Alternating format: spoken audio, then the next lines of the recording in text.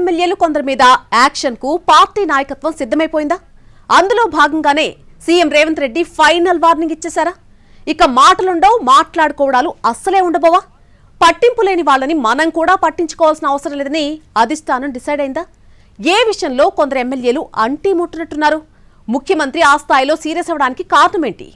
Telangana CM Revanth Reddy కొంతమంది ఎమ్మెల్యేలను ఉద్దేశించి సీరియస్ కామెంట్స్ చేసినట్టు తెలుస్తోంది. ఎస్ఐఆర్ విషయంలో పట్టింపు లేనట్లుగా ఉన్న వారిని పార్టీ కూడా పట్టించుకోవాల్సిన అవసరం లేదని కాంగ్రెస్ పెద్దలు డిసైడ్ అయినట్లు కనిపిస్తోంది. దాంట్లో భాగంగానే ఫైనల్ వార్నింగ్ అన్నట్టు సీఎం సీరియస్ అయ్యారా, లేదంటే వ్యూహాత్మకంగానే కొంతమందిని పక్కన పెడతామని చెప్తున్నారా అనే చర్చ మొదలైంది పార్టీ వర్గాల్లో. కొంతమంది ఎమ్మెల్యేల పనితీరుపై చాలా రోజులుగా అసంతృప్తితో ఉన్నారు ముఖ్యమంత్రి.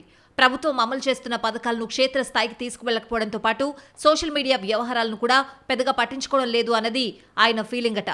అలాంటి నాయకుల తీరును సీరియస్గా తీసుకోకపోతే వ్యవహారం చేయి దాటిపోతుందని ఇటు పార్టీ అటు ప్రభుత్వ పెద్దలు భావిస్తున్నట్టు తెలుస్తోంది. అందులో భాగంగానే కొందరు శాసనసభ్యులకు రేవంత్ వార్నింగ్ ఇచ్చినట్లు తెలుస్తోంది. తాజాగా ఎస్సీఆర్పై నిర్వహించిన సమావేశంలో 13 మంది ఎమ్మెల్యేల పనితీరుపై తీవ్ర అసహనం వ్యక్తం చేశారట సీఎం. ఈ ప్రక్రియను అన్ని రాజకీయ పార్టీలు సీరియస్ గా తీసుకుంటున్నా ఆ 13 మంది అధికార పార్టీ ఎమ్మెల్యేలు మాత్రం అంటి ముట్టనట్లు వ్యవహరిస్తున్నారని నివేదికలు అందాయట. దీంతో పార్టీ కోసం పని చేయలేని వాళ్లను ఎంతమాత్రం భరించాల్సిన అవసరం లేదని, ఆయా నియోజకవర్గాల్లో రెండో శ్రేణిలో ఉన్న నాయకులను ప్రోత్సహించి పని చేయించాలని సూచించినట్టు తెలిసింది. వచ్చే ఎన్నికల్లో టికెట్లు కూడా ఇప్పుడు పనిచేసిన వారికే ఇద్దామని తేల్చి చెప్పినట్టు సమాచారం. నల్గొండ జిల్లాకు చెందిన కొందరు, కరీంనగర్, మెదక్ జిల్లాలో మరికొందరు ఎస్ఐఆర్పై సరిగా ఫోకస్ చేయట్లేదన్న ఫీలింగ్లో ఉంది కాంగ్రెస్ నాయకత్వం. వరంగల్ జిల్లాకు చెందిన ఒకరిద్దరు కూడా దీనిపై అంటి ముట్టనట్లు వ్యవహరిస్తున్నారు అన్నది ఇంటర్నల్ టాక్. అలాగే క్యాబినెట్లో ఉన్న ఒకరిద్దరు సైతం ఎస్ఐఆర్ను పెద్దగా పట్టించుకుంటున్నట్లు పార్టీకి కనిపించట్లేదట. ఆ రకంగా ఎమ్మెల్యేలు సీరియస్ గా లేకుంటే అది వచ్చే ఎన్నికల్లో పార్టీకే నష్టమన్న సంగతి గుర్తించలేకపోతే ఎలాగన్నది పెద్దల ప్రశ్న. అందుకే నిర్లక్ష్యం వహిస్తున్న ఎమ్మెల్యేల విషయంలో కూడా కఠినంగా ఉండాలని నిర్ణయించుకుంది పార్టీ. కొంతమంది ఎమ్మెల్యేల పనితీరుపై ప్రభుత్వం దగ్గర పూర్తి నివేదిక ఉందని అంటున్నారు.